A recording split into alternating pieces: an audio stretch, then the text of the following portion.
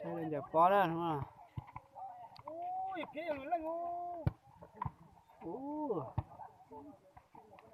Ở toàn giờ nó toàn chúa giờ bắt thơ đó, toàn lia giờ con mông. Chỉ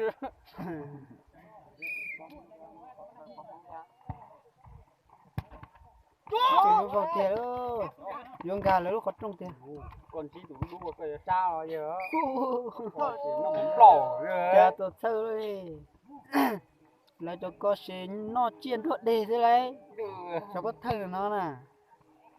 Nên cho nên nó nàn nồng nó chiên uống khóa sẽ nên chủ ấy.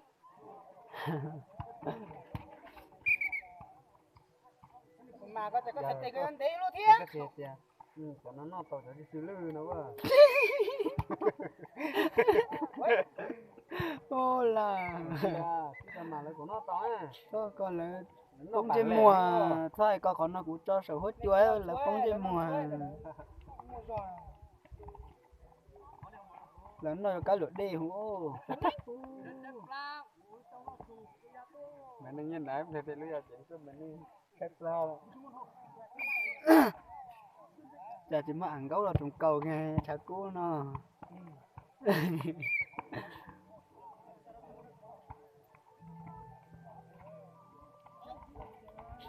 Tua này Tua.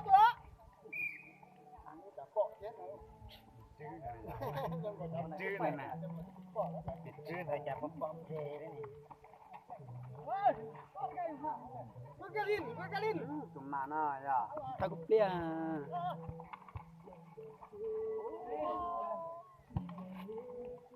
Wow. Ta như đúng đây là to à. Wow. Cái là tân của cụ. Sao?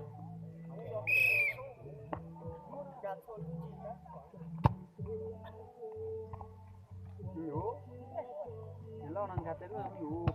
Vô. Năng gạt đến là đặt câu hỏi. Có nhắm dù nè.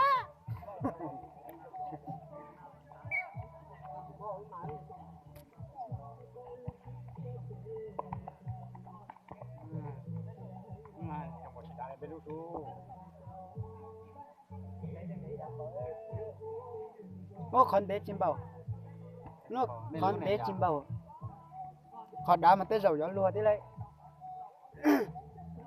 mà nhở nếu con mà tới chờ hay này cho tụi giờ lót bài tao cho tua nữa Mà cần chỉ cho nó mầm tròn nó sẽ già đấy.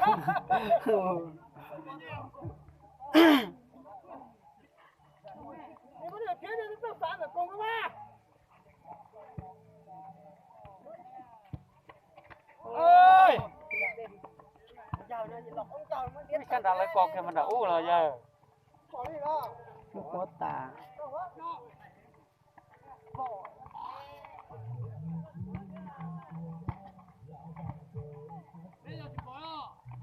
Nhủ. Cái này xài.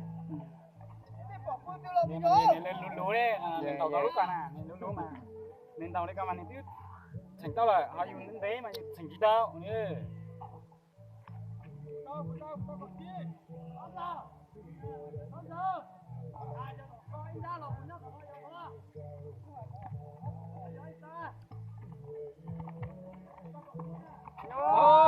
Mình chưa rồi, nó tở đó con à.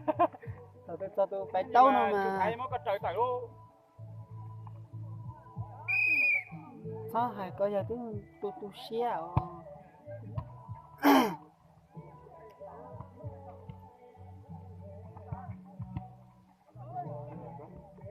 Nó chạp đi. Ồ. Có lỗ cho con mà cha giờ bó cho mà chờ mà. Cho để cho một sổ kia. nó dầm lùng coi giờ rồi tao mắm lẩu he Nhưng mà cả lúc một con nó non thì mà.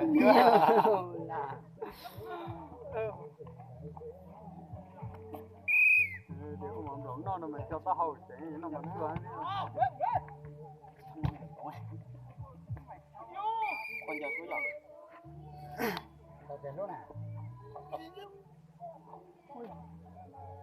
còn sao giờ là chồng món nào tao dặn tao đấy nó bán là nè tua nhẹ tua ấy thâu to mặt cái tao kia đi